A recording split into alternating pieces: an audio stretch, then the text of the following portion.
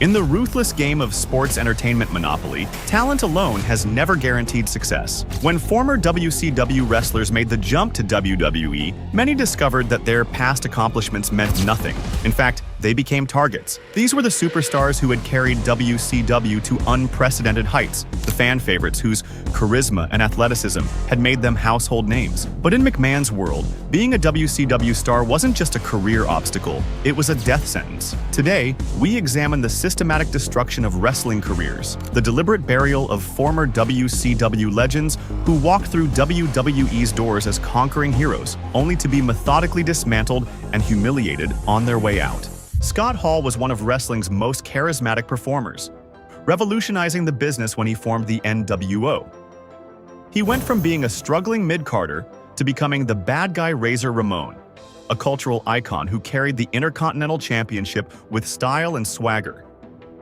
In 2022, at 63 years old, he passed away after being taken off life support. Scott Hall was no doubt one of the greatest, but one question remains unanswered. Why WWE never gave him a world title run? In 1958, Scott Oliver Hall was born in St. Mary's County, Maryland, beginning a nomadic childhood that few could imagine. As the son of a military man constantly receiving new orders, young Scott found himself uprooted and replanted in unfamiliar soil nearly every year until he was 15. Though wrestling captivated his imagination from an early age, the path to the squared circle wasn't immediately clear. After graduation, Scott drifted through life like a ship without anchor, taking whatever work would pay the bills.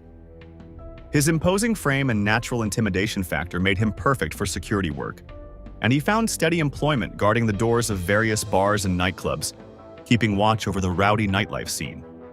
But fate has a way of violently redirecting our paths when we least expect it. In 1983, while working security at an Orlando nightclub, Hall's life changed forever during one fateful shift. What began as routine crowd control escalated into a life-or-death struggle that ended with Hall firing his weapon in self-defense. The patron died from his wounds. Though initially charged with second-degree murder, the case was eventually dismissed when investigators confirmed Hall had acted to protect himself. But legal exoneration couldn't erase the psychological damage. This traumatic incident would cast a long shadow across Hall's future. His closest confidant, Kevin Nash, would later point to this moment as the catalyst for the demons that would eventually hunt Hall throughout his career, the addiction issues that nearly consumed him. How do you move forward when you've taken a life, even justifiably? It's a question Hall would spend decades trying to answer. Seeking escape and reinvention, Hall made the pivotal decision to pursue professional wrestling in 1984. Championship Wrestling from Florida recognized the untapped potential in this physically imposing newcomer with natural charisma. Immediately, they thrust him into the spotlight with a high-profile feud against the legendary Dusty Rhodes, baptism by fire for any wrestling rookie.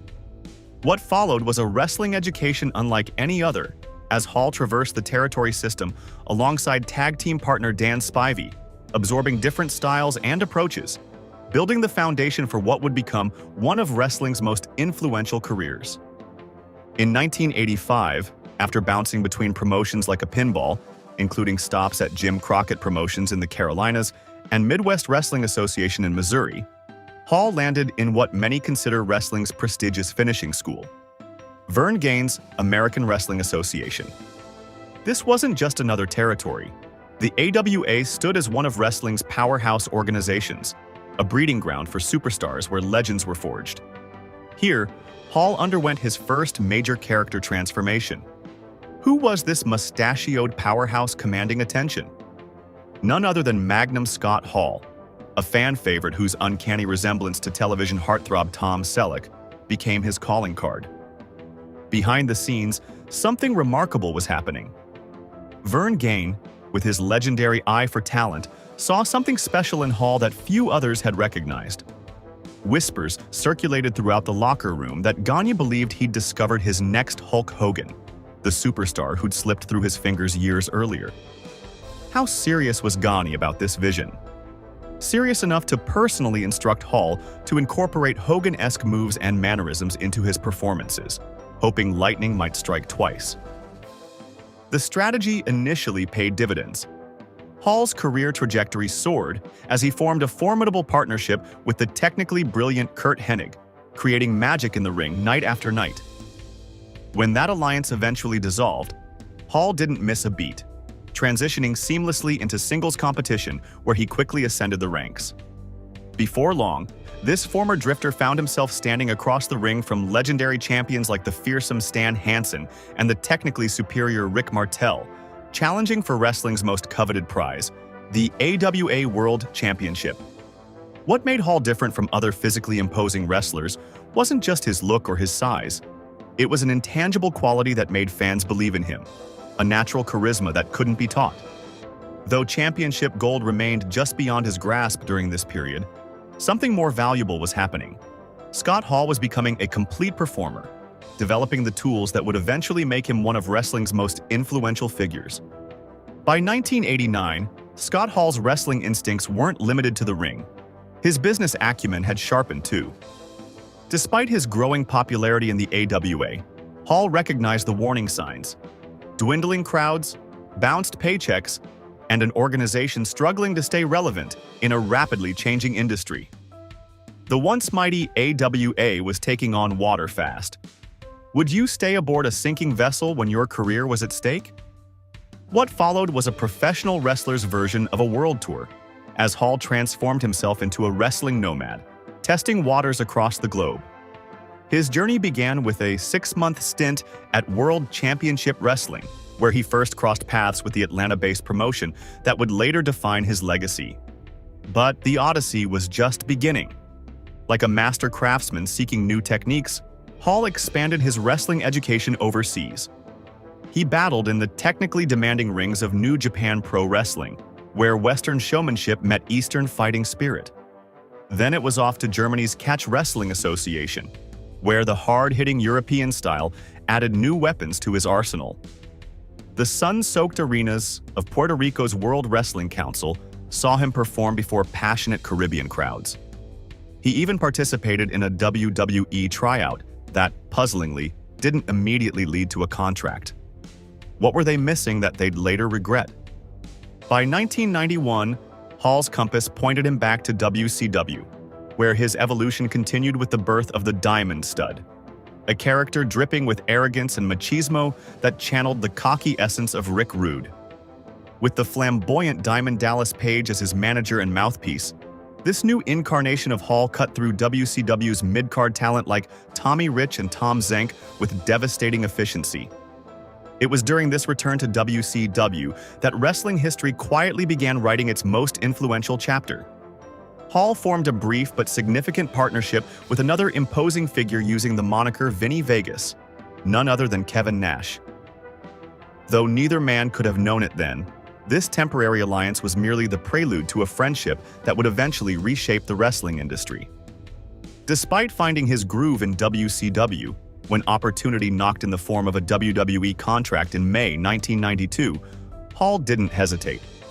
Sometimes success requires perfect timing, and Hall sensed that his moment had arrived.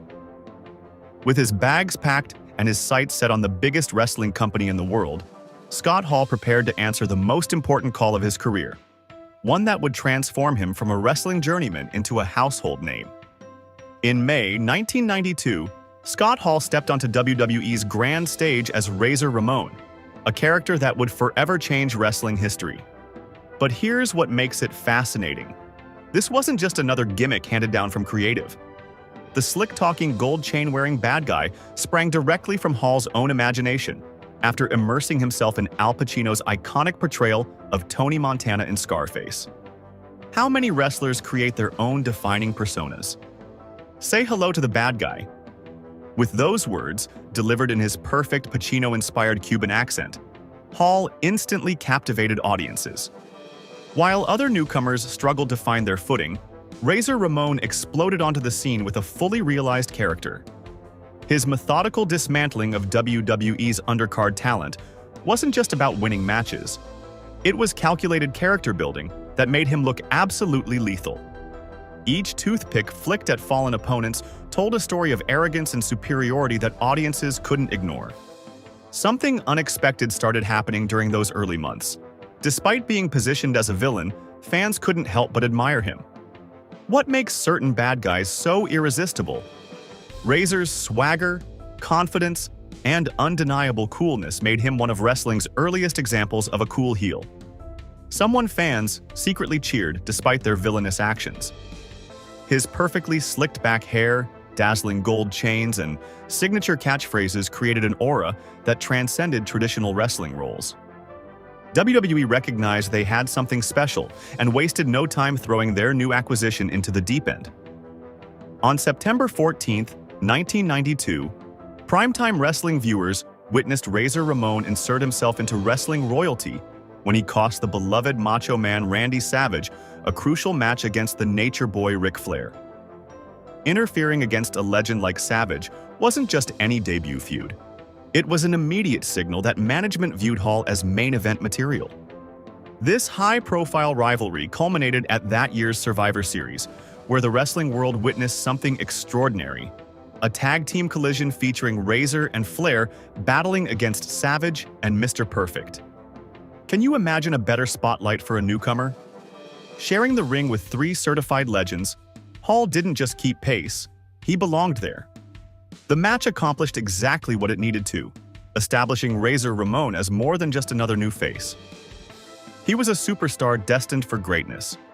Behind that confident smirk and those intimidating eyes, Scott Hall was proving what insiders had long suspected. He possessed one of wrestling's most brilliant creative minds. His innate understanding of character development, psychology, and presentation was creating something that would resonate with fans for decades to come. Little did anyone know, Razor Ramon was just the beginning of Scott Hall's revolutionary impact on professional wrestling. Following his impressive showing against Macho Man, Vince McMahon fast-tracked Razor Ramon straight into WWE's championship picture.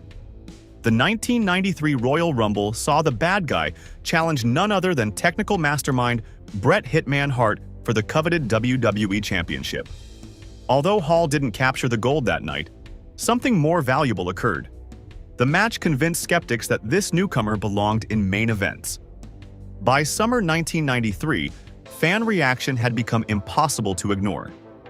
WWE executives recognized a golden opportunity when a seemingly routine match against an unknown jobber named the 1-2-3 Kid created magic.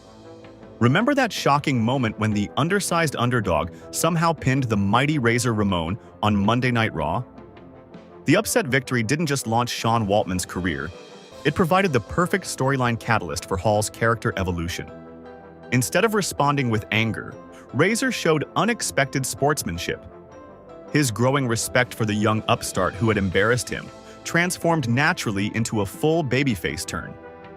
Fans who had been secretly cheering could now openly embrace the bad guy as one of their favorites. The former rivals even formed an unlikely partnership, teaming together against common enemies. Behind the curtain, something equally significant was developing. The on-screen partnership between Hall and Waltman mirrored a growing real-life friendship. They soon found themselves gravitating toward like-minded performers: Shawn Michaels, Kevin Nash, and an up-and-coming Triple H. Together, they formed what wrestling insiders would come to know as the Clique. This wasn't just another backstage friendship. The Clique quietly accumulated unprecedented influence within WWE's power structure. Their collective star power, creative input, and strategic positioning gave them the kind of backstage pull that wrestling had rarely seen before. At times, industry veterans wondered who truly controlled WWE's direction. Was it Vince McMahon or this tight-knit group of performers who protected each other's interests? How much control should wrestlers have over their own storylines? As Razor Ramon's popularity soared on screen, Scott Hall's backstage influence grew proportionally. The cool character fans adored, and the shrewd businessman behind it were both ascending simultaneously, setting the stage for one of wrestling's most consequential careers, and one of its most turbulent personal journeys. The moment Scott Hall truly cemented his place in WWE history was on October 11, 1993, when he defeated former AWA rival Rick Martel to claim his first Intercontinental Championship. It wasn't just another title change, it was validation. After years of wandering the wrestling landscape, Hall had not only found his perfect character but earned championship gold that proved his exceptional talent. But a championship reign rarely comes without controversy. When suspended former champion Shawn Michaels returned, he brought an unexpected claim. Since no one had actually defeated him for the title, wasn't he still the rightful champion? 2 championship belts, 2 elite performers, and one unprecedented solution. How would WWE determine the true champion? The answer revolutionized professional wrestling forever. At WrestleMania 10, Razor Ramon and Shawn Michaels climbed into Madison Square Garden and shattered expectations in WWE's first ever pay-per-view ladder match. While modern fans might take ladder matches for granted, imagine being in that arena witnessing something completely new. What happens when 2 of wrestling's most innovative minds are given freedom to create without a blueprint to follow? Magic happened. Their bodies told a story of risk, sacrifice, and championship desire that transcended traditional wrestling. Each painful impact and death-defying leap served a greater narrative purpose. Though Razor emerged victorious as the undisputed Intercontinental Champion, both men walked away as winners. They'd created a template that wrestlers would follow for decades to come. How do you follow up perfection? Razor's momentum carried him into a program with another Clique member, Diesel. Their contrasting styles, Ramon's technical prowess against Nash's raw power, created compelling television throughout the remainder of 1994, further elevating the Intercontinental Championship's prestige. Behind Hall's confident smirk lay a performer at the absolute peak of his powers, respected by peers, adored by fans, and pioneering new forms of in-ring storytelling that would influence generations of wrestlers. The question wasn't if Scott Hall would leave a legacy, but how monumental that legacy would become. Scott Hall's career reached a turning point after his SummerSlam 1995 ladder match with Shawn Michaels. Despite delivering wrestling classics against opponents like Jeff Jarrett, frustration quietly built as Hall watched his friends Nash and Michaels ascend to world championship status while he remained locked in the upper midcard. The breaking point came when Hall directly approached Vince McMahon, asking what more he could do to reach the next level. McMahon's response was devastating. This was it. In McMahon's vision, Razor Ramon had reached his permanent position in the hierarchy. Meanwhile, WCW's Eric Bischoff was aggressively recruiting WWE talent with Ted Turner's financial backing. Hall wasn't just creatively frustrated. Kevin Nash revealed that financial concerns played a major role too, with both men feeling underpaid despite their drawing power. By early 1996, both Hall and Nash submitted their resignations to WWE. Their final appearance would become wrestling legend, the infamous curtain call incident at Madison Square Garden, where the Clique broke character to embrace publicly, shattering wrestling's sacred kayfabe. With his WWE contract expired and determined to prove his true value, Scott Hall prepared to make one of the most industry-altering impacts in professional wrestling history. What followed would shake professional wrestling to its core. On May 27, 1996, during an episode of Monday Nitro, Scott Hall emerged unexpectedly from the crowd. Dressed in street clothes rather than wrestling gear, he calmly stepped into the ring, grabbed a microphone, and delivered one of wrestling's most iconic promos. With his distinctive swagger, he warned WCW that he and some friends were coming to take over. 2 weeks later, Kevin Nash joined him, solidifying what fans would come to know as the Outsiders. The brilliance of this angle was its blurring of reality and fiction. Though both men were legitimately no longer employed by WWE, the storyline implied they were invaders sent by the competition. This worked-shoot approach created unprecedented buzz throughout the wrestling world. Were these actual WWE wrestlers invading? Was this real? The ambiguity fueled fan speculation and dramatically boosted ratings. Then came the moment that truly changed wrestling forever. At Bash at the Beach on July 7th, Hall and Nash promised a mystery partner for their 6-man tag match. When Hulk Hogan, wrestling's biggest hero for over a decade, emerged as their ally and turned villain for the first time since becoming a mainstream star, the audience's shock was palpable. As fans pelted the ring with garbage, Hogan proclaimed the formation of the New World Order, declaring war on WCW. The NWO storyline transcended typical wrestling narratives. Its gritty realism, cool factor, and anti-establishment attitude perfectly captured the emerging cultural zeitgeist of the late 1990s. The angle was so convincing that local authorities occasionally received calls reporting real assaults when NWO members attacked wrestlers backstage. People who had never watched wrestling before suddenly couldn't look away. Behind the scenes, Hall's creative fingerprints were all over the NWO concept. His understanding of character psychology, storytelling, and what fans truly wanted to see helped craft what many consider wrestling's most influential angle.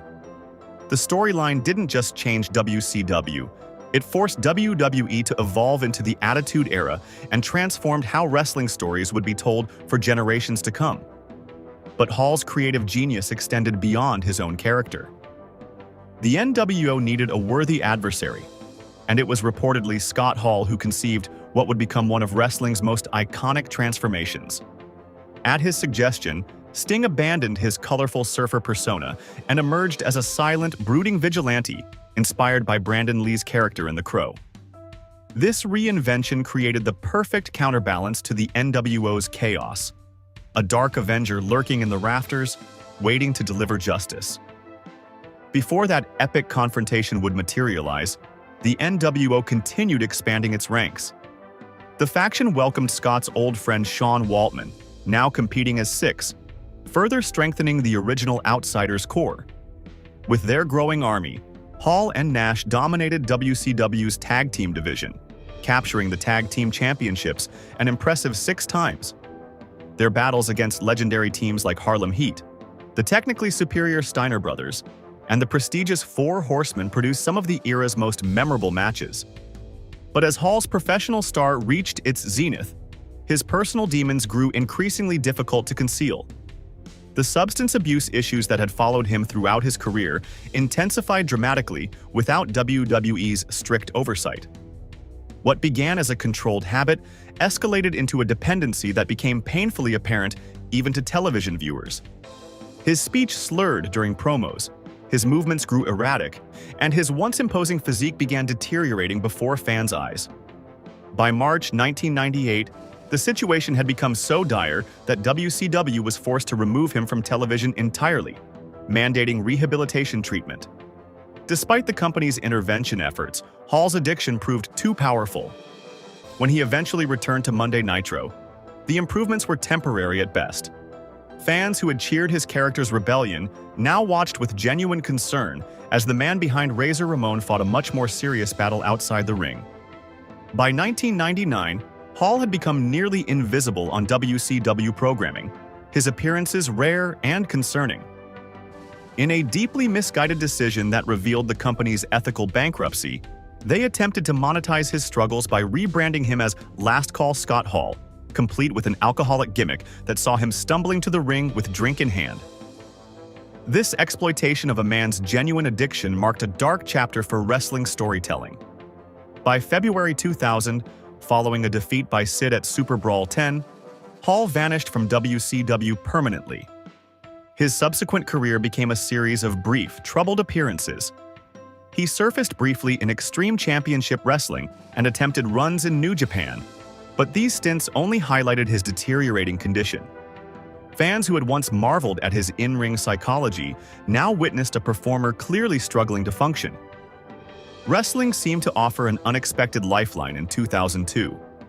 WWE, having purchased WCW's assets the previous year, decided to resurrect the NWO concept with its original members. At February's No Way Out pay-per-view, Hall, Nash, and Hogan returned to WWE programming, interfering in Stone Cold Steve Austin's world title match against Chris Jericho. The resulting program between Hall and Austin held immense potential on paper, two of wrestling's most influential characters finally colliding. In reality, what could have been a dream match years earlier now felt hollow, with Hall clearly battling his personal demons throughout.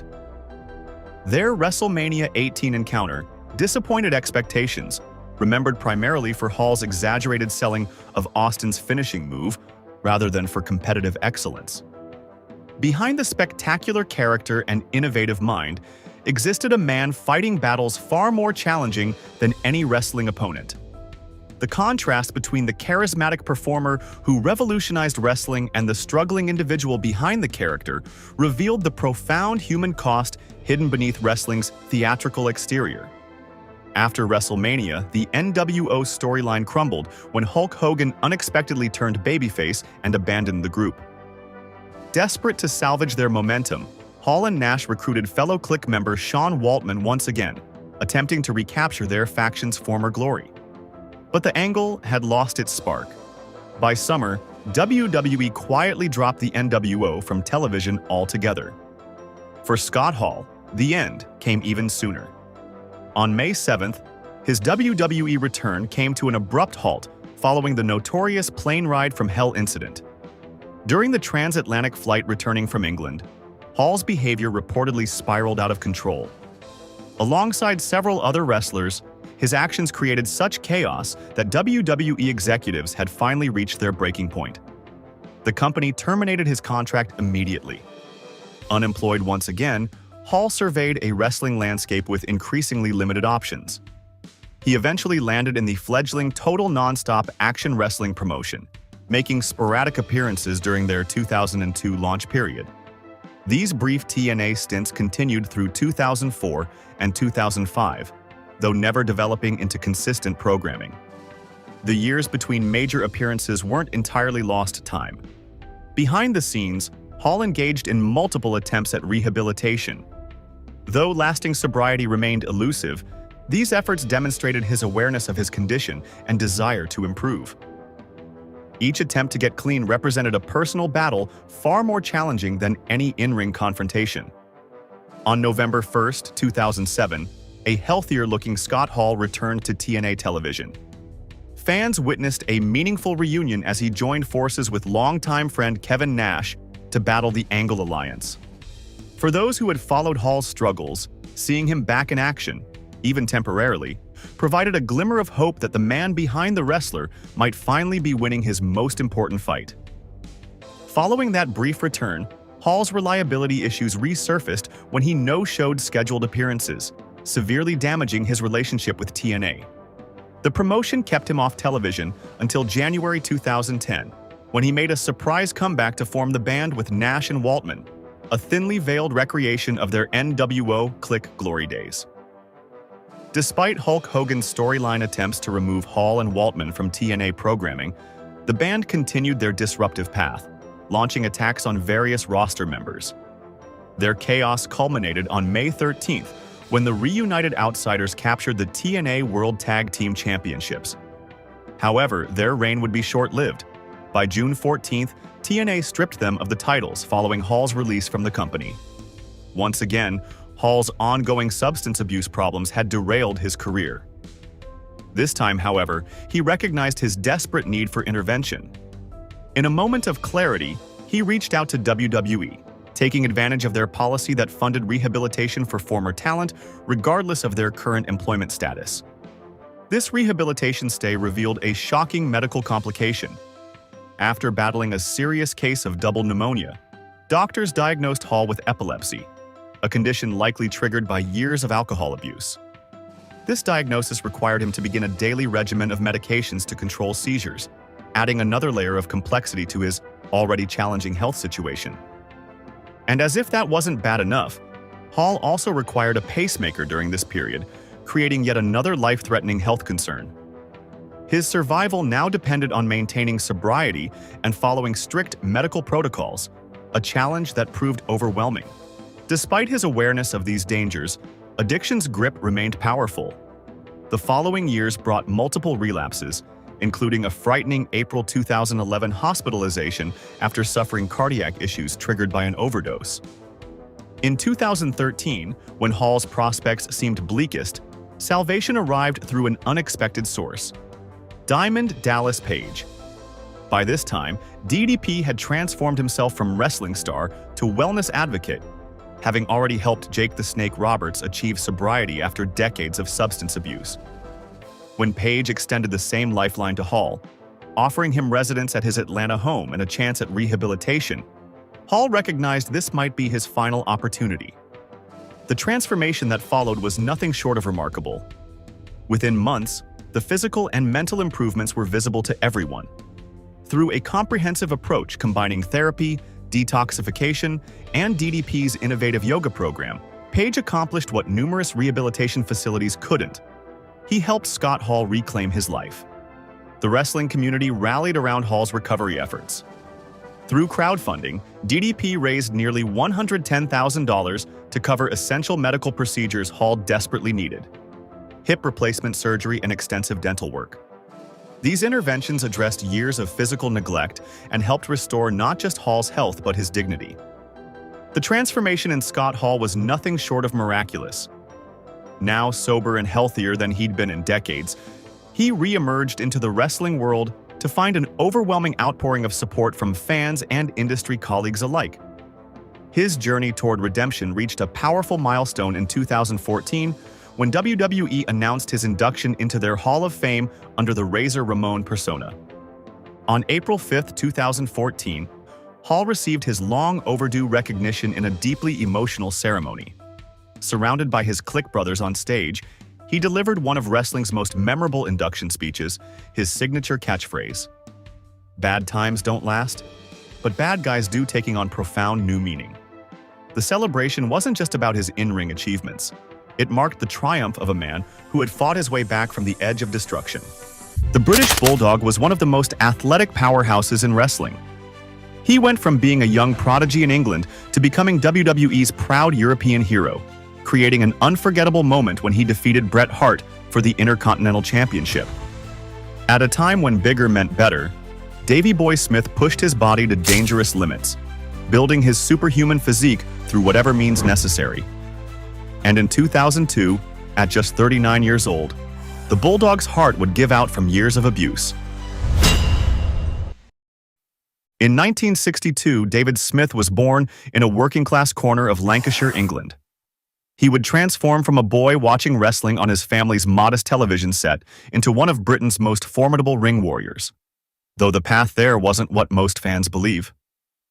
Growing up in Goulburn, Lancashire, where luxury was scarce but dreams were abundant, young David found his escape in the electrifying world of professional wrestling. Huddled around the television with his siblings Terrence, Joanne, and Tracy, he'd watch in awe as larger-than-life characters like Big Daddy and Giant Haystacks battled their opponents. These moments planted the seeds of his future, though none could have predicted just how far they'd grow. At just 15 years old, Smith's passion couldn't be contained any longer. He stepped into the training ring, where something remarkable became immediately apparent. This teenager possessed an almost supernatural aptitude for the sport. His raw talent was so impressive that it caught the attention of producers at ITV's World of Sport, Britain's premier wrestling showcase. In an era when breaking into television, wrestling was about as likely as winning the lottery, Smith had done it before he could even legally drive. A young star was rising in British wrestling, and all eyes were on the prodigy from Lancashire. Smith's natural talent translated into an explosive presence both as a singles competitor and in tag team action. In the singles ranks, his ascent was meteoric, coming within a heartbeat of capturing the prestigious British Welterweight Championship while still a teenager. But it was his partnership with cousin Tom Billington that would change wrestling history. Billington, who carved out his own fearsome reputation as the Dynamite Kid, formed an alliance with Smith that caught the attention of a crucial visitor from across the Atlantic. Bruce Hart, son of legendary promoter Stu Hart, was scouring the UK for fresh talent when he witnessed the raw power and agility of these two British phenoms. The opportunity Hart presented was too tempting to ignore. A chance to wrestle for the renowned Stampede Wrestling promotion in Calgary, Canada. In an era when breaking into North American wrestling was the dream of every European grappler, Smith and Billington had their golden ticket. What they couldn't know was that this move would set them on a path to revolutionize tag team wrestling forever. The infamous Hart Dungeon awaited in Calgary, a proving ground that had forged some of wrestling's greatest talents through pain and perseverance. For Smith and Billington, their British Commonwealth citizenship opened the door to this temple of technical wrestling. But what happened inside would test their limits in ways they never imagined. Under the watchful eye of Stu Hart, a man whose reputation for turning wrestlers into legitimate tough guys was known worldwide, the two Brits endured daily torture sessions that would make ordinary men quit. The dungeon's concrete floor and low ceiling became their classroom, with every submission hold, every stretch, and every grunt of pain molding them into something far beyond their early promise. But it was what happened after their graduation from this brutal finishing school that truly set the stage for greatness. In a twist of fate that would elevate both men's careers, the cousins found themselves on opposite sides of the ring. Their feud captivated Calgary audiences, showcasing their newfound technical prowess and intensity. The program reached its climax when Smith emerged victorious, claiming the prestigious Stampede British Commonwealth Mid-Heavyweight Championship, a title that carried significant weight in the territory's hierarchy. The victory wasn't just about the gold around Smith's waist. It was proof that the dungeon's baptism by fire had transformed these raw talents into polished gems. Every submission learned under Stu's tutelage, every grueling training session, had contributed to creating wrestlers who could not only survive in the demanding world of professional wrestling, but thrive in it.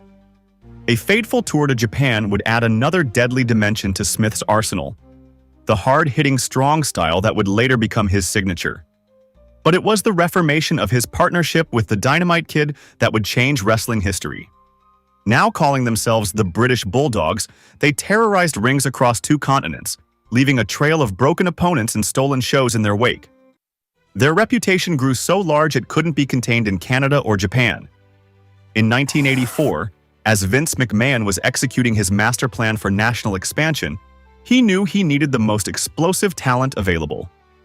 The British Bulldogs were at the top of his list. When McMahon acquired Stampede Wrestling that same year, the Bulldogs signing with WWF wasn't just another contract. It was a statement of intent. Inside the squared circle, they were poetry in motion, a perfect fusion of styles that few teams could match. The Dynamite Kid was a human highlight reel, pioneering a high-flying style that defied gravity and logic in equal measure. Meanwhile, Davey Boy served as the team's powerhouse anchor, his raw strength and surprising agility creating a foundation that allowed his partner to take even greater risks. But while Smith's professional life soared, his personal life was blossoming in equally meaningful ways. Love had found him in the Hart family dynasty, leading to marriage with Diana Hart, Stu's daughter. Their union would produce 2 children, Harry and Georgia, adding new chapters to both the Hart and Smith wrestling legacies. This personal happiness seemed to fuel Smith's in-ring success, creating a period where everything in his life was clicking into place like perfectly executed moves in a championship match. The British Bulldogs weren't just another tag team in WWF's growing roster. They were revolutionaries who would help redefine what tag team wrestling could be, bringing a hybrid style that combined British technical wrestling, Japanese strong style, and North American showmanship in ways audiences had never seen before.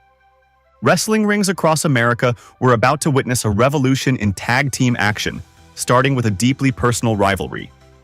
The British Bulldogs locked horns with their former Stampede stablemates, the Hart Foundation, comprised of Jim the Anvil Neidhart and Smith's brother-in-law, Bret the Hitman Hart.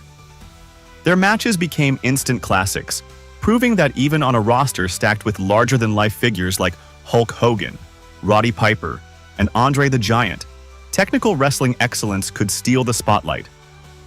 But it was their feud with Greg the Hammer Valentine and Brutus Beefcake that would write their names in wrestling history. At WrestleMania 2, in a match that showcased the Bulldogs' unique blend of power and innovation, they captured the WWF Tag Team Championships. What followed was a 9-month reign of dominance, where their combination of Dynamite's aerial assault and Davey Boy's raw power proved unbeatable against all challengers. Their championship story would come full circle in January 1987, when the Hart Foundation finally managed to dethrone them in a match that demonstrated just how far all 4 men had come since their Stampede days. Though no longer champions, the Bulldogs remained a force in the tag division, engaging in memorable programs with teams like the Islanders, the Rougeau brothers, and the imposing Demolition. During this period, the Bulldogs added an unexpected element to their presentation, a real-life English bulldog named Matilda. More than just a mascot, Matilda became an integral part of their character, drawing massive cheers from crowds and adding a unique dimension to their feuds.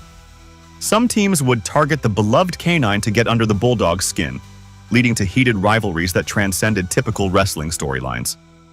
This era marked a perfect fusion of in-ring excellence and character work, as the Bulldogs proved that technical prowess and crowd connection weren't mutually exclusive. Their matches during this period would influence tag team wrestling for generations to come, setting a standard for what two talented performers could achieve when given the freedom to showcase their abilities. The Dream Team's time in WWF would come to an abrupt end in 1988, driven by escalating tensions between the volatile Dynamite Kid and the Rougeau brothers backstage. Despite Billington's growing reputation as a troublemaker, Smith's loyalty to his cousin led him to follow when they departed, taking their talents to All Japan Pro Wrestling and a resurgent Stampede Wrestling. For 2 years, the Bulldogs continued crafting mat classics across the Pacific, facing off against legendary teams like the Malenkos, the Nasty Boys, and the dynamic Japanese duo of Kenta Kobashi and Tsuyoshi Kikuchi. Each match showcased why they were considered one of wrestling's most innovative partnerships, but beneath the surface, cracks were forming. Billington's personal demons were creating an increasingly toxic situation, poisoning not just their professional relationship, but their family bonds as well.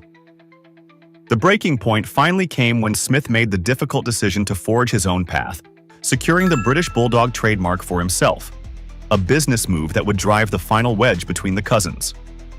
October 1990 marked a pivotal moment in Smith's career as he returned to the WWF, now simply known as the British Bulldog.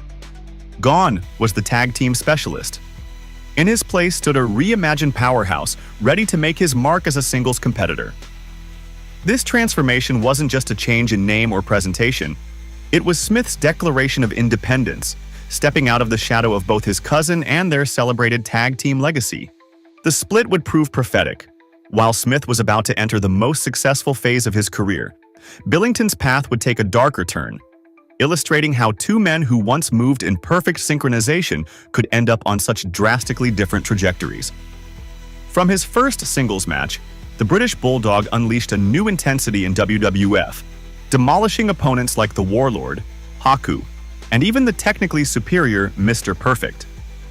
His combination of raw power and surprising agility quickly won over crowds, but nowhere was his popularity more explosive than in his native United Kingdom. As WWF's American attendance began to soften, they discovered a goldmine in British wrestling fans who had found their new hero. Capitalizing on this phenomenon, WWF ventured to British soil with groundbreaking shows like UK Rampage and Battle Royal at the Albert Hall. Each appearance by Smith felt like a homecoming, with his victory over the Berserker at Rampage and his triumph in the Albert Hall Battle Royal sending crowds into a frenzy. These successes were just a prelude to what would become one of wrestling's most memorable moments. In 1992, WWF made a historic decision. SummerSlam, Vince McMahon arranged for the British Bulldog to challenge his brother-in-law, Bret the Hitman Hart, for the prestigious Intercontinental Championship. The anticipation was electric.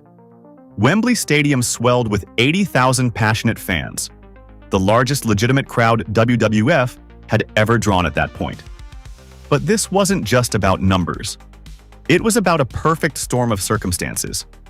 A hometown hero, a family rivalry, a prestigious title, and the biggest stage British wrestling had ever seen. The match that would follow wouldn't just meet expectations, it would exceed them in ways nobody could have predicted.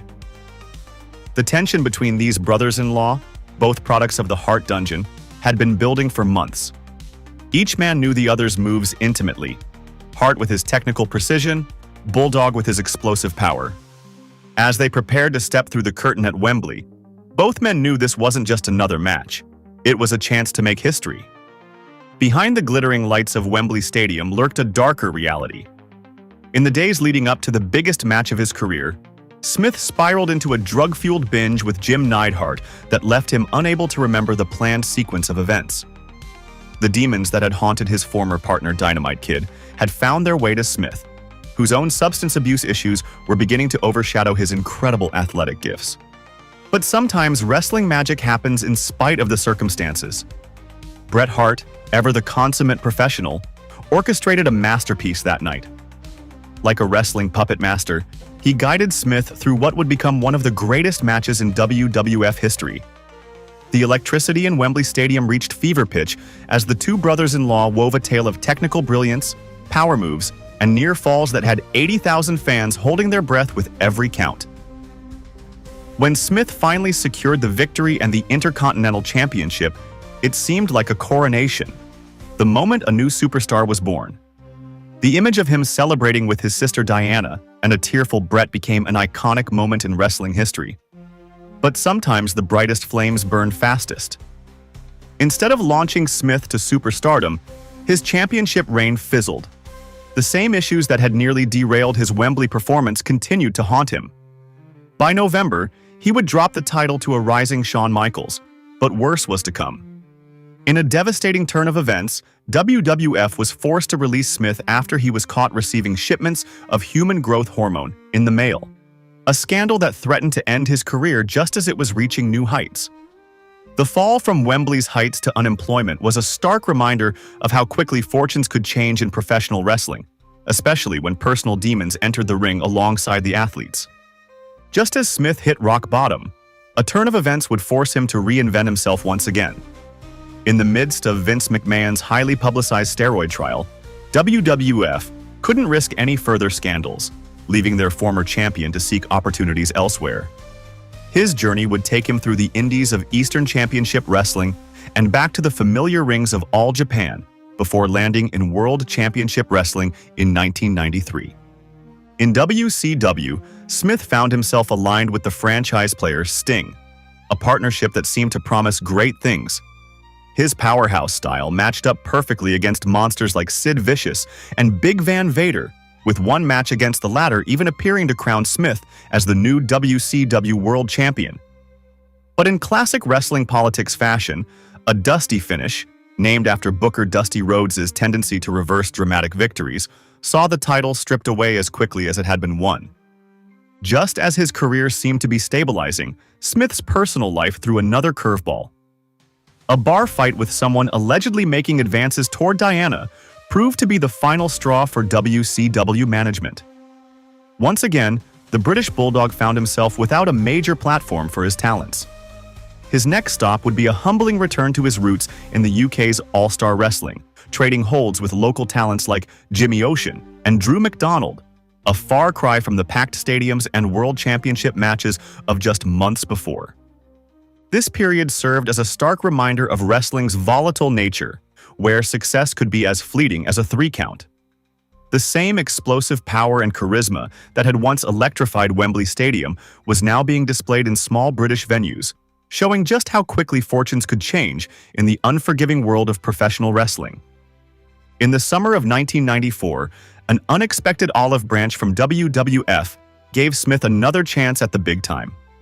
Making his return at SummerSlam, he appeared during the explosive steel cage match between the warring Hart brothers, Bret and Owen. The Hart family drama had reached a boiling point, and Smith made his allegiance clear, standing firmly beside his brother-in-law Bret. This reunion led to a series of hard-hitting tag team matches, with the Bulldog and Hitman facing off against the unlikely alliance of Owen Hart and Jim Neidhart. As the family feud cooled, Smith's ambitions turned toward wrestling's ultimate prize, the WWF Championship.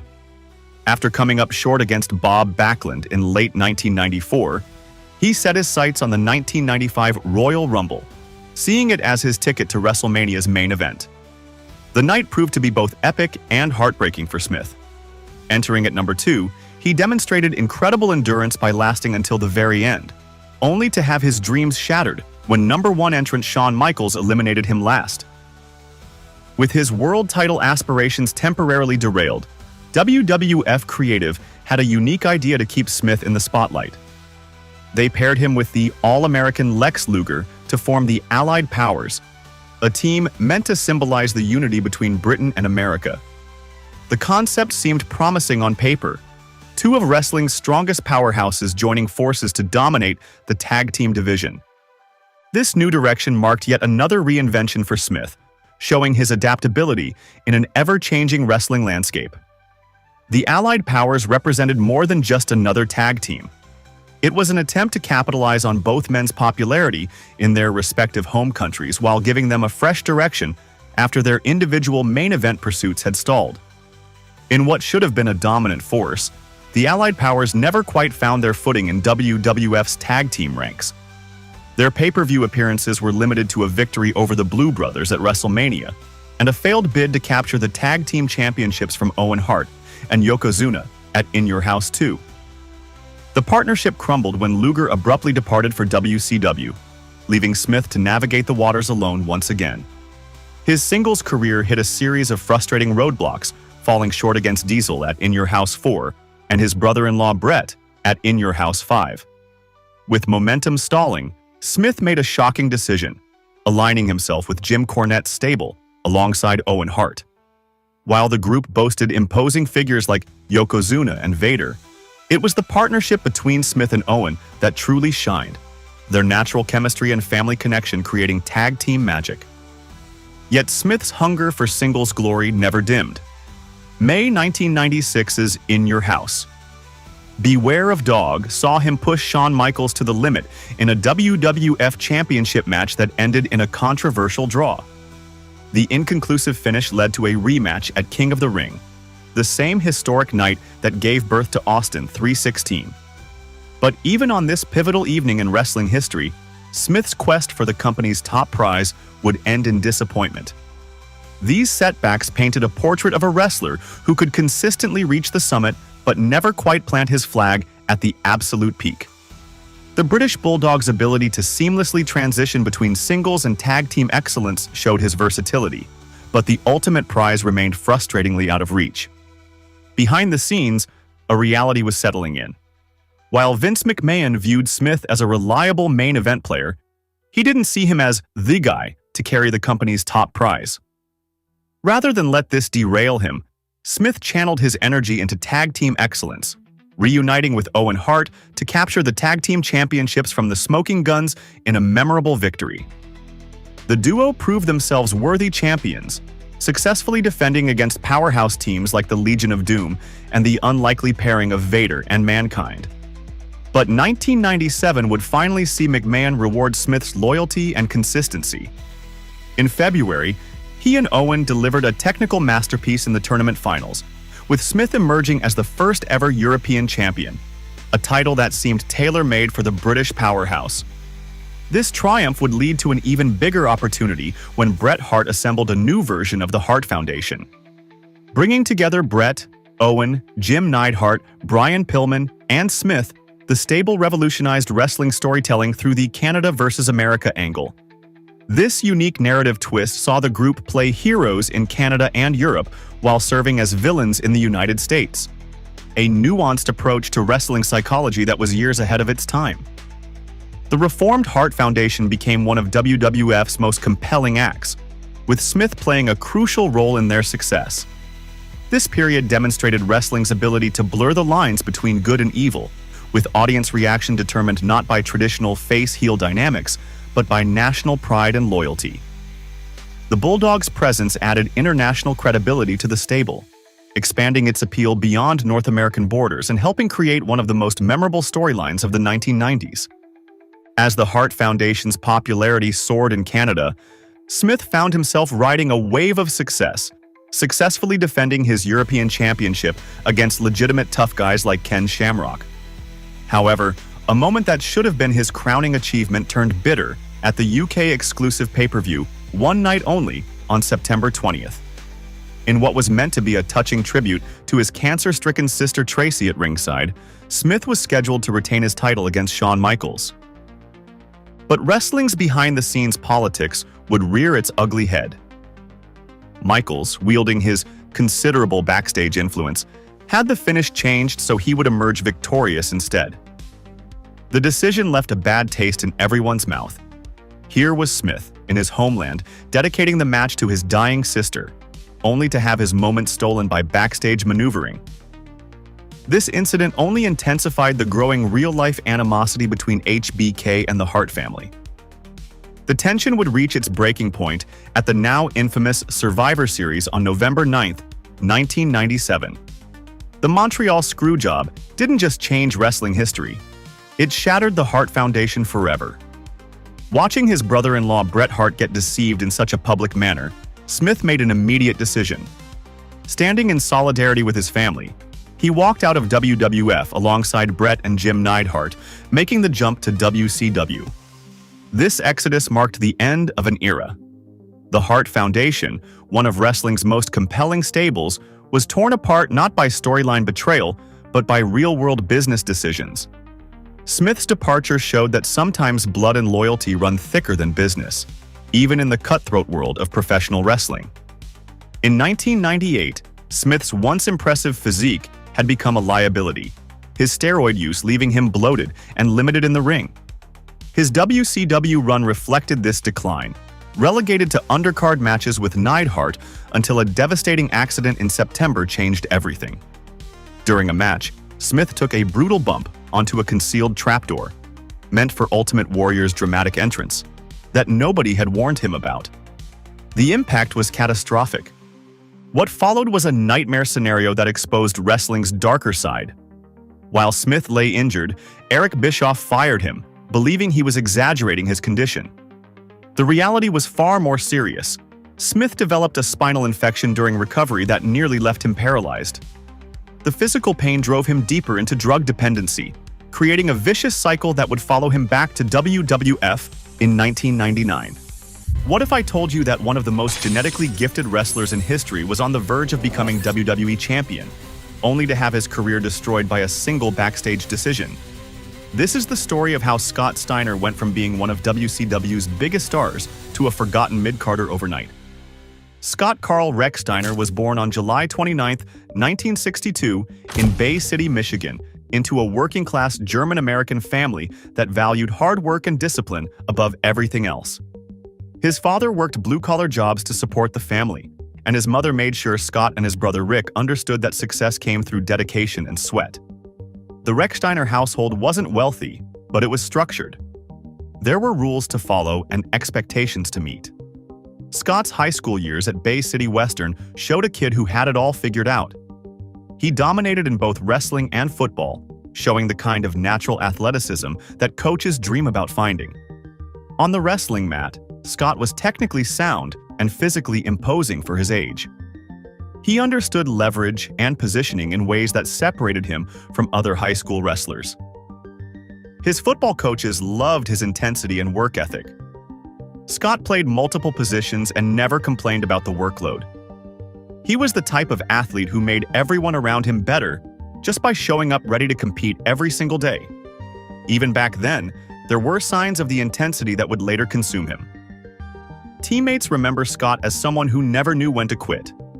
After regular practice ended, Scott would stay behind to work on specific moves or conditioning drills, pushing his body to limits that worried his coaches. His high school wrestling coach once had to physically remove Scott from the wrestling room because he refused to stop training after a particularly grueling practice session. The drive that impressed his coaches also concerned them at times. Scott would get visibly frustrated when he lost matches or didn't execute techniques perfectly, taking losses personally in ways that seemed unhealthy for a teenager. At the University of Michigan from 1983 to 1986, Scott took his athletic abilities to the next level. He became an NCAA Division I All-American wrestler. He placed 6th nationally in 1986 and was a 3-time Big Ten runner-up. This achievement put Scott among the elite college wrestlers in the country. The competition at Michigan was intense, with wrestlers from across the nation competing for starting positions. Scott not only earned his spot on the team but became one of their best performers. Scott served as team captain during his time at Michigan, which demonstrated leadership qualities that his coaches recognized.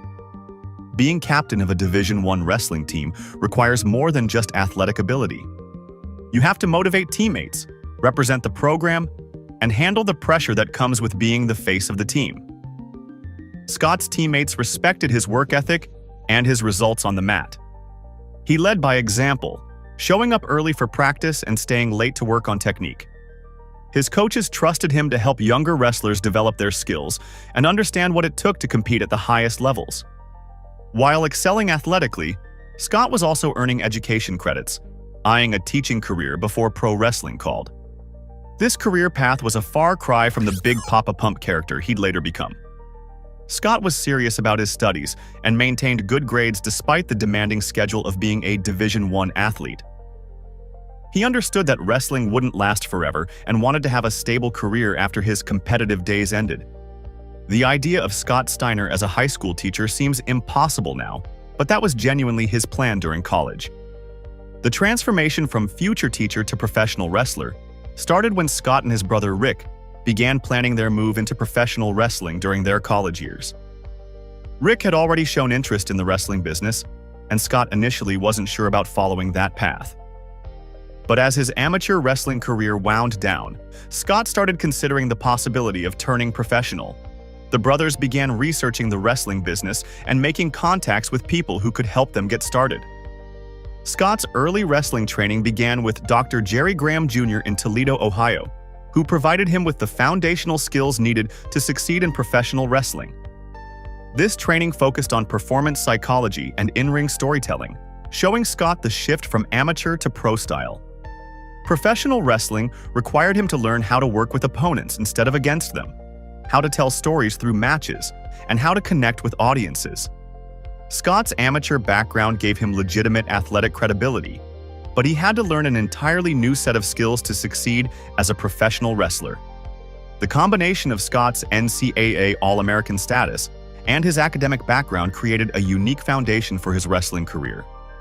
He had legitimate athletic credentials that set him apart from wrestlers who were purely entertainers. At the same time, his education studies showed he could think strategically and understand complex concepts. This clean-cut academic achiever was about to enter a world that would completely change who he was as a person. What Scott and Rick were building together would soon shake up the entire wrestling industry. The brothers entered professional wrestling in 1986 and revolutionized what tag team wrestling could be. When Scott and Rick started out, they struggled at first, working small independent shows and learning the business the hard way. The transition from amateur wrestling to professional wrestling wasn't easy for either brother. They had to learn how to work with opponents instead of against them. They had to understand crowd psychology and how to tell stories through their matches. Most importantly, they had to develop a style that would make them stand out from all the other tag teams trying to make it in the business. The early days were tough for the Steiner brothers. They worked shows in small towns for very little money. Sometimes they'd drive hours to wrestle in front of 50 people in a high school gym. But these experiences taught them valuable lessons about the wrestling business. They learned how to connect with audiences and how to work different styles of matches. Scott's amateur wrestling background helped him understand the technical aspects of the business, but he still had to learn how to make everything look exciting for the crowd. But by 1988, something clicked. They developed a hard-hitting, athletic style that no other tag team could match. The Steiner brothers combined Scott's technical skills with Rick's raw power to create something completely new. Their matches were stiffer than most tag team contests. They hit harder and moved faster than teams that had been wrestling for years. Scott brought legitimate wrestling credentials to their matches, while Rick provided the intensity and aggression that made their offense look devastating. Scott innovated moves that are still used today, including the Frankensteiner in the late 1980s. His Frankensteiner Hurricane Rana became an instant highlight. The move showed off his incredible athleticism as he would leap onto an opponent's shoulders and flip them backward in a Hurricane Rana-style move that looked impossible when done correctly. Very few wrestlers had the combination of strength, balance, and timing needed to execute the move safely. Scott made it look easy, but it required years of practice to perfect. The move became so associated with Scott that other wrestlers would try to copy it without understanding the mechanics.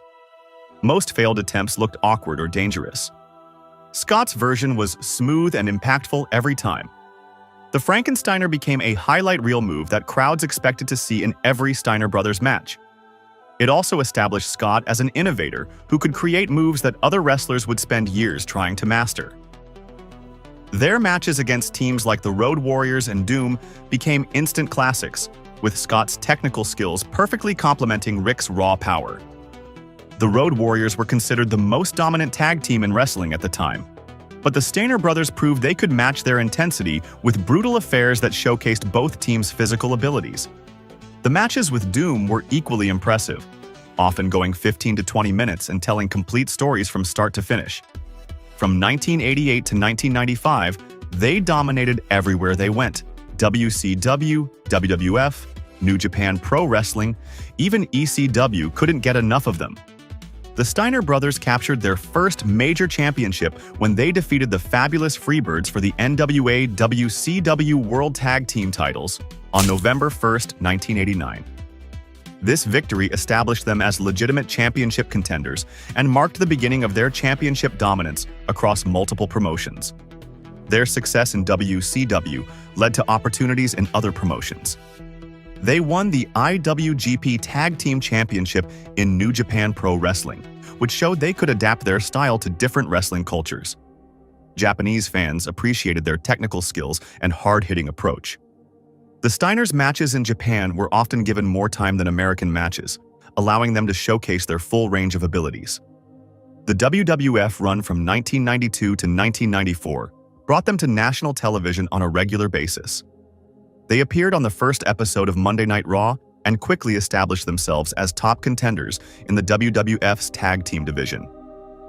They won the WWF Tag Team Championship twice during their run, proving they could succeed in the WWF's sports entertainment environment, as well as WCW's more athletic presentation. They won championships across multiple promotions and were recognized as the most athletic tag team in wrestling history. Wrestling magazines regularly ranked them as the best tag team in the world during their peak years.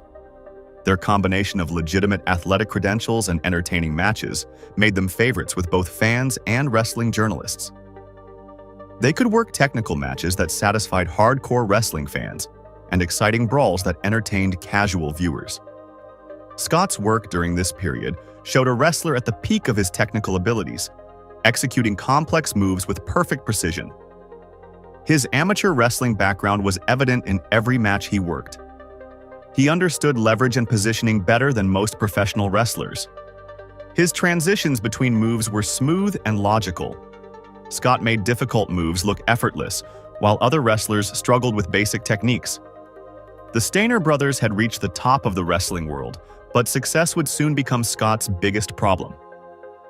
By the mid-1990s, the pressures of being wrestling's premier tag team were starting to create cracks that would eventually destroy everything they had built together. What nobody realized was that Scott's personality was already starting to change in ways that went far beyond normal career evolution. By 1995, people close to Scott Steiner started noticing changes that went way beyond normal career evolution. Scott began showing a more aggressive attitude toward opponents and even toward his own brother Rick during matches and backstage. The shift wasn't subtle either. Fellow wrestlers who had known Scott for years started seeing a different person entirely. Where he used to be professional and focused on the business side of wrestling, Scott was becoming more confrontational and personal about everything that happened in the ring. The most obvious change was physical. Scott became obsessed with bodybuilding and started adding serious muscle mass to his frame. By 95, he was living in the gym, chasing mass at the expense of his earlier agility. This wasn't just normal conditioning that wrestlers do to stay in shape. Scott was spending hours in the gym every day, focusing specifically on building size rather than just maintaining his athletic ability. The transformation was happening so fast that people who hadn't seen him for a few weeks would do double takes when they saw him again. Scott's training regimen became something completely different from what he'd done during his amateur wrestling days. He was following bodybuilding routines designed to pack on mass, not the functional strength training that had made him such an effective wrestler. The change in his physique was obvious to everyone who saw him, but what worried people more was how consumed he was becoming with the process. Scott would talk constantly about his workouts, his diet, and his progress in building muscle. But the real warning signs were behavioral. He started having backstage disagreements about creative direction and questioned booking decisions more aggressively. Scott had always been professional about taking direction from bookers and working whatever storylines they gave him. That started changing in 1995. He began questioning why certain matches were booked the way they were. He wanted to know why the Steiner brothers weren't getting better storylines or more prominent positions on shows. These weren't casual questions either. Scott was becoming confrontational about booking decisions he didn't like. The discussions backstage weren't friendly conversations about creative direction. Scott was becoming more demanding and less willing to accept explanations from bookers and producers. He started pushing for changes to storylines and match finishes, and people in management positions found themselves having to deal with Scott's complaints and demands on a regular basis. His off-screen intensity was rising in ways that went beyond normal backstage politics. By 1996, Scott's suspended license arrest showed how his real-world behavior was becoming as volatile as his backstage outbursts. Fellow wrestlers noticed that Scott's attitude toward the business was shifting from professional to personal, and his unpredictable reactions were making him harder to work with in any situation. His relationship with Rick became strained as Scott pushed for more individual recognition and grew frustrated with their tag team limitations. The Steiner brothers had been incredibly successful as a team, but Scott was starting to feel held back by the tag team format. He wanted singles matches and individual storylines that would showcase his abilities without having to share the spotlight with Rick. These conversations between the brothers weren't always friendly, and people backstage could sense tension between them that hadn't existed before. Scott started expressing frustration about being limited to tag team wrestling when he felt capable of succeeding as a singles wrestler. He'd point to other wrestlers who had transitioned from tag teams to successful singles careers and wonder why the Steiner brothers weren't being given similar opportunities. Rick was more content with their tag team success, which created friction between them about the direction of their careers. The intense training regimen Scott adopted wasn't just about getting stronger. It was becoming an obsession that consumed his free time. People who knew Scott outside of wrestling noticed that he had less time for anything that wasn't related to bodybuilding or wrestling. His entire schedule revolved around training, eating to support his muscle growth, and recovering from workouts. This level of dedication went beyond what was necessary for professional wrestling and entered territory that seemed unhealthy. Scott's obsession with building muscle was taking over other aspects of his life. He would schedule social activities around his training schedule. He'd turn down invitations to events if they conflicted with his gym time. The physical transformation was impressive, but the single-minded focus on bodybuilding was concerning to people who cared about him. People in the locker room started walking on eggshells around Scott, unsure which version of him they'd encounter on any given day. The unpredictability of Scott's moods was creating an uncomfortable atmosphere backstage. Wrestlers who had been friends with Scott for years found themselves being more careful about what they said around them. Nobody wanted to accidentally set him off or get into a confrontation with someone who was becoming increasingly volatile. These warning signs were building towards something that would change everything Scott had worked for. All the frustration, obsession, and growing resentment were about to explode in a way that would destroy relationships and create a character nobody saw coming. In 1998, Scott Steiner did something that still shocks fans who watch it back. He completely destroyed everything he'd built with his brother. The heel turn wasn't just a storyline decision. It was Scott channeling his real-life frustrations into a character that let him express his darkest impulses. All those personality changes we saw building up over the previous years were about to explode onto television screens across the country. Scott had been looking for a way to break out as a singles wrestler, and turning heel gave him the perfect opportunity to do it. The transformation started with Scott's physical appearance. He packed on even more muscle mass and grew a goatee that made him look more intimidating. Then came the bleached blonde hair and beard that became his trademark look. This wasn't just a simple dye job either.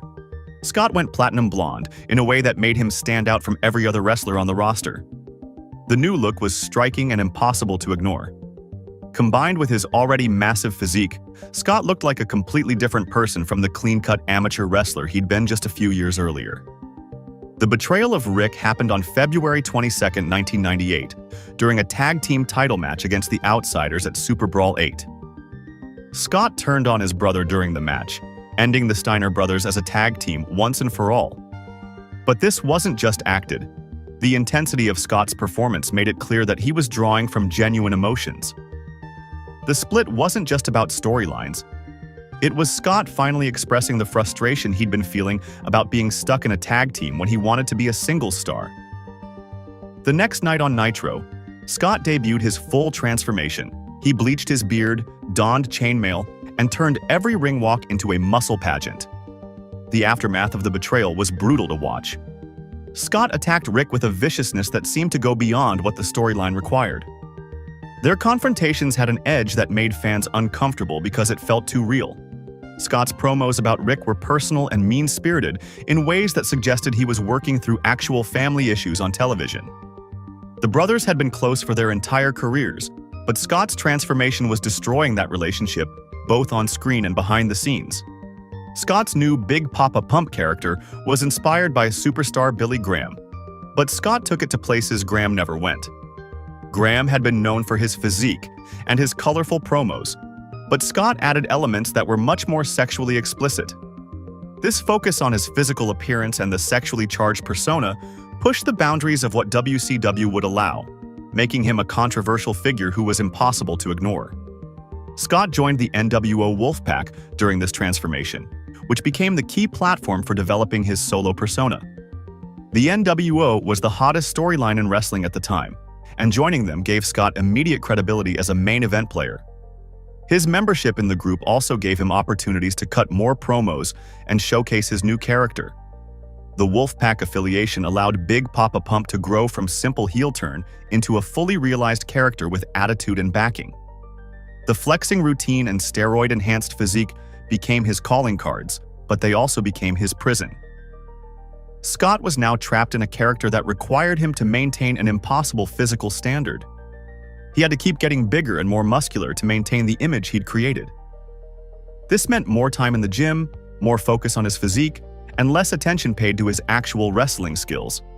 The character was successful, but it was also limiting Scott's ability to be a well-rounded performer. Scott's promos during this period were rambling and often incoherent, but they had an intensity that made them impossible to ignore. He would go off on tangents that didn't make logical sense, but his delivery was so passionate that fans couldn't look away. Scott mixed mathematics with sexual bragging in ways that defied logic, creating some of the most memorable and quotable promos in wrestling history. These promos were often difficult to follow, but they were undeniably entertaining. The mathematical elements of Scott's promos became legendary among wrestling fans. He would calculate percentages and odds in ways that didn't add up mathematically, but his confidence in delivering these calculations made them compelling television. Scott would claim to have a certain percentage chance of winning matches based on his superior genetics and training. These promos were nonsensical, but they were delivered with such conviction that they became part of wrestling folklore. The success of the character was immediate. Scott became a memorable figure in WCW and eventually became the interim leader of NWO Hollywood during Hulk Hogan's absence. The transformation allowed Scott to break out as a singles wrestler and eventually win the WCW Championship in 2000. From a career perspective, the Big Poppa Pump character was exactly what Scott needed to reach the next level. Big Poppa Pump wasn't just a character. It was Scott Steiner unleashing parts of his personality that he'd kept hidden for years. But as successful as the character became, it also revealed how Scott's relationship with reality was becoming increasingly strained. His promos were getting stranger, his behavior more unpredictable, and his ability to separate character from reality was disappearing entirely. The Steiner math promo wasn't just a one-off moment. It was the perfect example of how Scott's mind was working during his WCW peak. By 1999 and 2000, Scott had developed this weird habit of incorporating mathematical calculations into his promos that made absolutely no sense when you actually tried to follow the logic. At Fall Brawl 2000, Scott calculated a 141 2/3% chance to win, a line WCW fans still quote today. He stood there and factored in Kurt Angle's chances and referenced various insiders, concluding with complete confidence in numbers that were mathematically impossible but delivered with total conviction. Scott's feuds during this period became legendary, but not always for the right reasons. The Diamond Dallas Page storyline was built around Scott's obsession with Page's wife Kimberly, with Scott making crude comments about her during promos that pushed the boundaries of what WCW would allow on television. The storyline was controversial and uncomfortable, but it generated genuine heat for Scott's character. This was the same period when Scott's real-world volatility was escalating, like his November 28, 1998 incident with a Department of Transportation worker in Atlanta that made the newspapers. The line between his character's aggression and his actual behavior was disappearing completely. His Best of 7 series with Booker T showed flashes of his old technical brilliance, but it was overshadowed by his increasingly erratic behavior.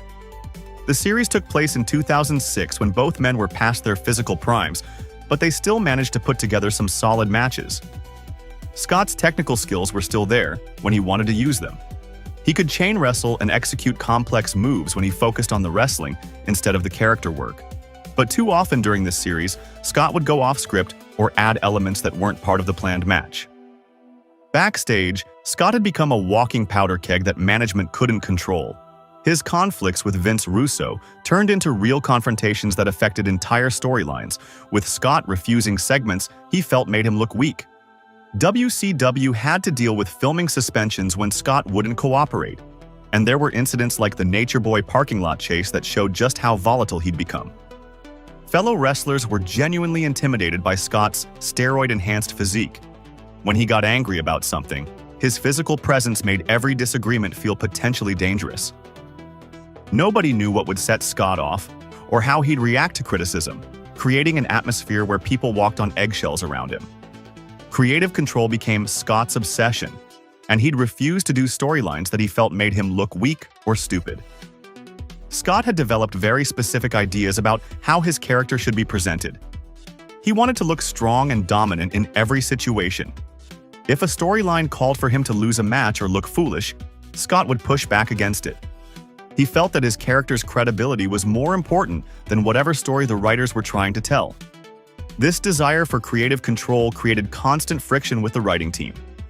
Scott would demand changes to scripts and storylines right up until showtime. Sometimes he'd refuse to do segments that had already been written and rehearsed.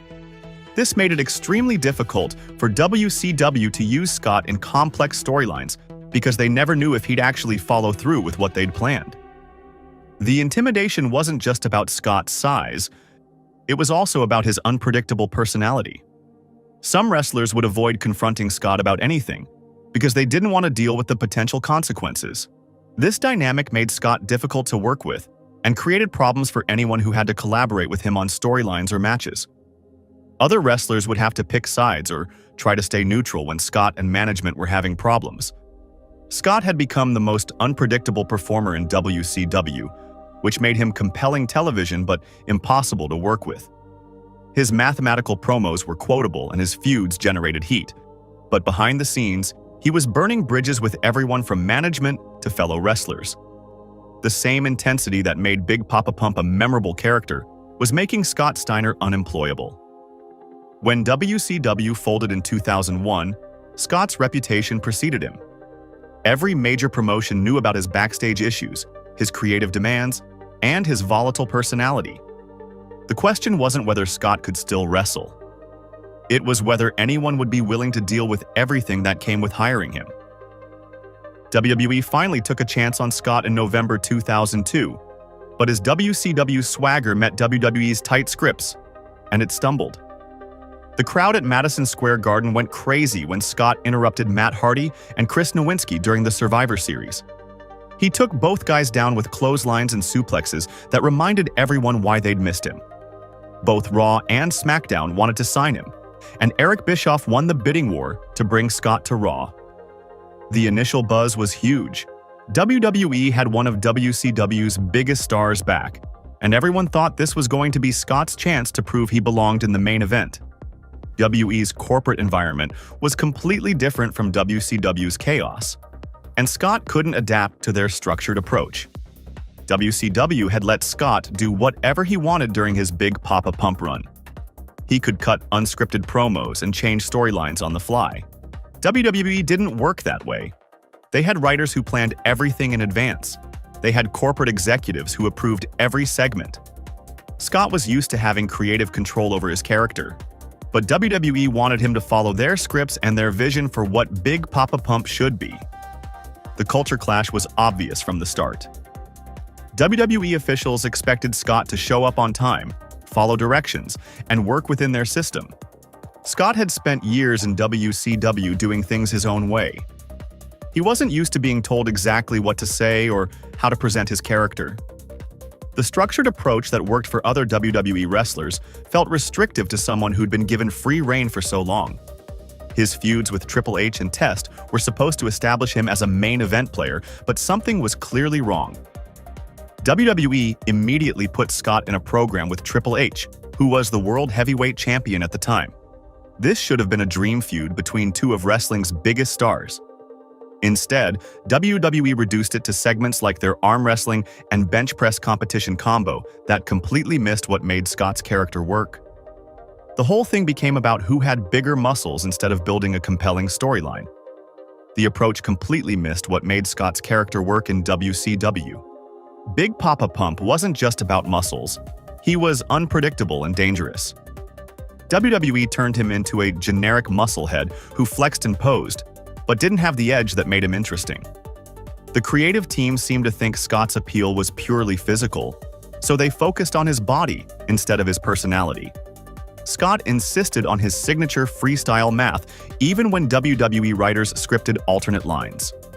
He wanted to keep doing the math calculations that had made him famous in WCW.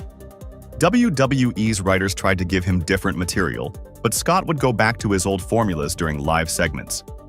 He'd calculate percentages and odds in ways that didn't make sense, just like he'd done before. The problem was that WWE's audience wasn't as familiar with this character trait, so the promos came across as confusing rather than entertaining. The resistance to creative direction created constant friction between Scott and the writing team. They'd script promos for him, and he'd change them when he got to the ring. This made it impossible for WWE to build consistent storylines around his character. Other wrestlers didn't know what Scott was going to say or do, which made it hard for them to respond appropriately. The matches with Triple H at Royal Rumble and No Way Out were heavily criticized by fans and critics who expected much more. The Royal Rumble match in 2003 was particularly brutal to watch. It went nearly 20 minutes, which was way too long for Scott's physical condition at the time. The Wrestling Observer gave it the award for Worst Wrestling Match of the Year. Fans who had been excited to see Scott back in a major promotion were disappointed by how slow and sloppy the match looked. The No Way Out rematch didn't improve things. Scott lost again, which effectively ended his main event run before it really got started. After two big pay-per-view losses to Triple H, WWE moved Scott down to the midcard. He wasn't even included on the WrestleMania 19 card, which showed how far he'd fallen in the company's plans. Behind the scenes, Scott was dealing with back problems from years of intense training and steroid use that affected his in-ring performance. His strained cardio and lingering injuries undermined his long matches. His mobility was seriously limited compared to his peak years. The condition was visible during his matches. Scott couldn't execute moves with the same precision he'd shown in WCW. His body, which had been his greatest asset as Big Poppa Pump, was now working against him in WWE's high work rate environment. WWE expected their main event wrestlers to have long matches with complex sequences. Scott's physical limitations made it impossible for him to meet those expectations. The steroid-enhanced physique that had defined his character was creating health problems that prevented him from performing at the level he needed. WWE officials grew frustrated with Scott's resistance to direction and his inability to deliver the matches they needed. The combination of creative conflicts and physical limitations made Scott difficult to work with. Management felt like they'd invested in a main event star, but gotten someone who couldn't adapt to their system. By August 2004, WWE had seen enough. Scott was released after less than 2 years, marking the end of his major promotion career. The WWE run proved that Scott's success in WCW might have been more about the environment than his actual abilities. But Scott's problems weren't going to end with his wrestling career. The same volatility that made him impossible to work with in WWE was about to create much bigger problems outside the ring. Scott's legal troubles began piling up in the 2000s with multiple assault and terroristic threat charges that painted a picture of someone who had completely lost control of his temper and his actions. These weren't minor disputes that got blown out of proportion. These were serious criminal charges that showed Scott's aggressive behavior wasn't limited to his wrestling character. It had become part of who he was in real life.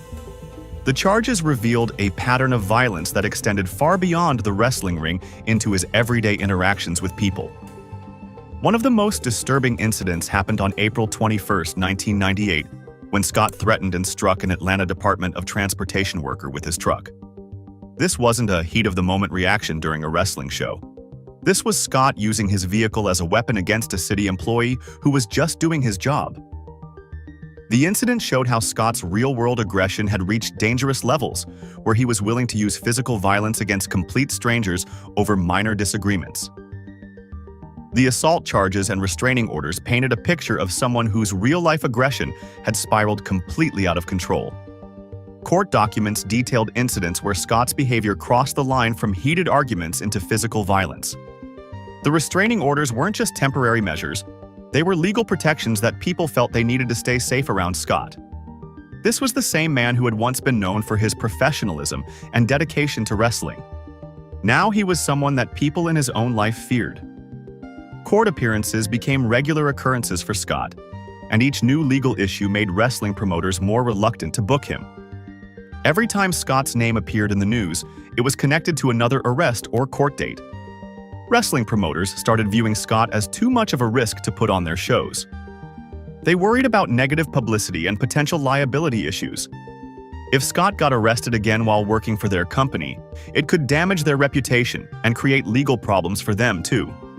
The pattern of legal troubles wasn't just about individual incidents. It was about Scott becoming unreliable as a business partner. Promoters couldn't count on him to show up for events because he might be dealing with court dates or legal issues. They couldn't trust him to behave professionally at their shows because his real-life problems were affecting his ability to separate his personal issues from his work. This made Scott toxic to wrestling companies that needed dependable performers. Scott's confrontational behavior extended beyond legal troubles into shoot interviews and backstage altercations that showed a man who couldn't separate his character from his real personality anymore. The Chester incident where he bid to run over a DOT worker, the EMT assault at Greensboro where he attacked someone he thought was part of a wrestling angle, and his brawl with Diamond Dallas Page all demonstrated that Scott's aggression wasn't confined to scripted storylines. These weren't worked fights designed to build heat. They were real altercations where people got hurt, and Scott's size and strength made every situation potentially dangerous. The EMT incident was particularly telling because Scott was arrested and charged with criminal assault after attacking someone during a WCW television taping. The charges were eventually dropped when it was determined that Scott genuinely believed the EMT was an actor, but the incident showed how completely he had lost the ability to distinguish between wrestling and reality. This was someone who couldn't tell the difference between a real emergency medical technician and a wrestling performer. Industry relationships that had taken years to build were destroyed overnight as promoters decided Scott was too much of a liability. Wrestling is a relationship-based business where trust and reliability are essential. Scott's legal troubles made it impossible for promoters to trust him. They couldn't count on him to show up without creating problems. They couldn't depend on him to behave professionally around other wrestlers and staff members. Years of building connections in the wrestling business were wiped out by Scott's inability to control his behavior. The cumulative impact of Scott's legal issues became clear as major incidents continued piling up. The 2005 airline incident and the 2015 airport threat against Hulk Hogan's wife Jennifer showed that Scott's problems weren't getting better with time. They were getting worse. Each new incident reinforced the perception that Scott was someone wrestling companies couldn't afford to be associated with. The man who had once been a respected NCAA champion was now someone that wrestling companies actively avoided. Scott's legal troubles revealed that the Big Poppa Pump character wasn't just an act. It had become who he really was. The transformation from respected athlete to controversial liability was complete, and the wrestling industry had taken notice. Major promotions had closed their doors to Scott, leaving him to figure out what came next in a career that had spiraled completely out of control. The independent wrestling scene became Scott's new home, though it wasn't quite the wrestling purgatory people expected. His 2006 TNA return at Destination X showed he could still draw for major promotions when they were willing to take the risk. Scott aligned with Jeff Jarrett and feuded with Sting and Samoa Joe, proving that Big Poppa Pump still had value as a special attraction. He even captured the WWA World Heavyweight Championship, showing that smaller promotions were eager to put titles on him for the name recognition alone. But most of Scott's work was on the independent circuit, where promoters knew that booking Big Poppa Pump would put people in seats. The crowds were smaller and the pay was worse than his WCW and WWE days. But Scott still had name recognition that independent promoters couldn't ignore. These smaller promotions needed names that would sell tickets, and Scott's reputation was enough to generate interest even if his in-ring abilities had declined significantly. The internet had given Scott's career a second life in ways he probably never expected. Modern fans who discovered Scott through internet memes embraced both his legitimate wrestling skills and his entertainment value as a spectacle. The Steiner Math promo had become legendary online, and younger fans who hadn't seen Scott during his peak were discovering him through YouTube videos and social media clips. His NWA Hall of Fame roast became another viral moment that reminded people why Big Poppa Pump was impossible to ignore. These fans appreciated Scott's absurdity without necessarily understanding the context of his career decline. They saw him as an entertaining character rather than a fallen star. People would attend independent shows specifically to hear Scott cut promos and see if he'd say something quotable. His mathematical calculations and sexual bragging had become part of wrestling folklore. Fans would chant along with his catchphrases and laugh at his outrageous claims about his physical superiority. The contrast between his current appearances and his championship days with Rick created a strange nostalgia among wrestling fans. Older fans who remembered the Steiner brothers' technical excellence would watch Scott's matches with mixed emotions. They could see flashes of the athlete he used to be, but those moments were overshadowed by his physical limitations and his commitment to the Big Poppa Pump character.